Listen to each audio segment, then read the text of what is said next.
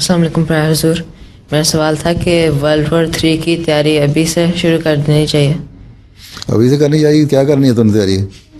तुम ज़्यादा से ज़्यादा तैयारी ये करो कि दुआ करो कि वर्ल्ड वॉर 3 ना हो। ठीक है, तुम लोग यही तैयारी कर सकते हो। दूसरी बात यह है कि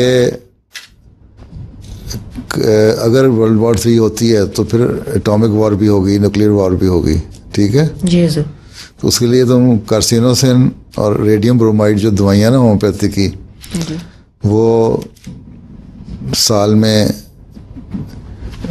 इस तरह कोर्स कर लिया करो कि एक हफ्ते अल्टरनेट वीक पे एक हफ्ता कार्सिनोसिन खा ली, अगले हफ्ते रेडियो ब्रोमाइड खा ली, जो छोटे हैं 1000 में, जो बड़े हैं UCM में, फिर एक हफ्ता कार्सिनोसिन, फिर अगले हफ्ते, इस तरह 6 हफ्ते खा लो।